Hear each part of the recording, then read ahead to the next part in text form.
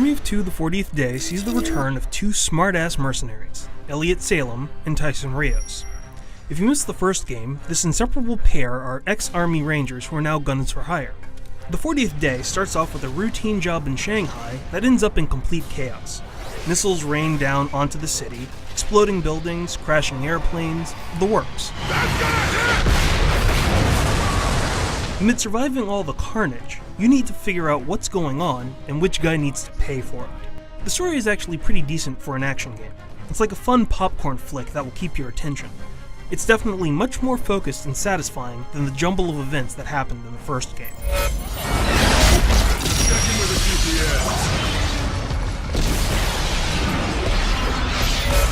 The characters have been given a big upgrade when it comes to looks. A lot of time was spent to make them look different from each other, and the level of detail in their armor and customizable masks is impressive. The entire game takes place in Shanghai, but that's not to say that every area looks the same. There's a good variety of locations. There are a lot of subtle details in these levels. Buildings crumble realistically, and special camera and particle effects are really good. Now there's some graphical glitches like characters clipping into objects, but overall, the game looks really nice. One of the best new things about the presentation is the level of customization in the game. You can make a crazy number of changes to your weapons at any time and immediately see the results. While this is a lot of fun, I do wish that there were more secondary weapons. As it stands, you only get 3 pistols. It's also a little odd that you're forced to use a pistol as a secondary weapon. It would have been much better and cooler if you could switch between 2 assault rifles.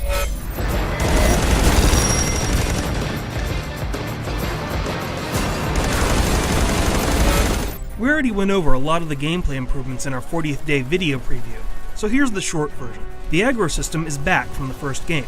Enemies will focus on players that seem like more of a threat. The 40th Day adds the ability to tag enemies so you can see them through walls. This works really well with the aggro system. Communicating with your partner and flanking the enemy is much easier. This makes the gameplay much more tactical and fun. The AI is also somewhat smarter. They'll take care of each other more and work together. There's still some weird instances where they won't press the attack or will just stand there and not attack at all. Now if you're playing the single player, your computer-controlled partner is actually pretty smart.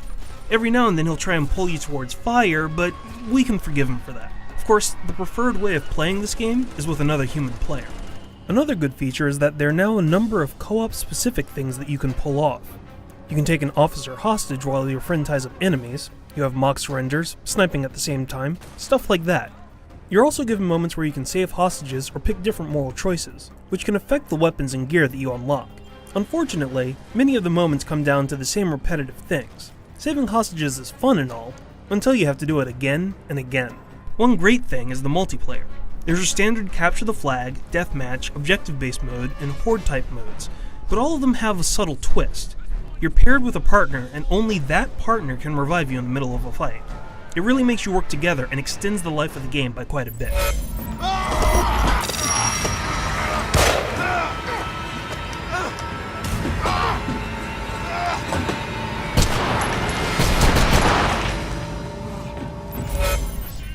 Army of Two: The 40th Day is a much better game than the first one.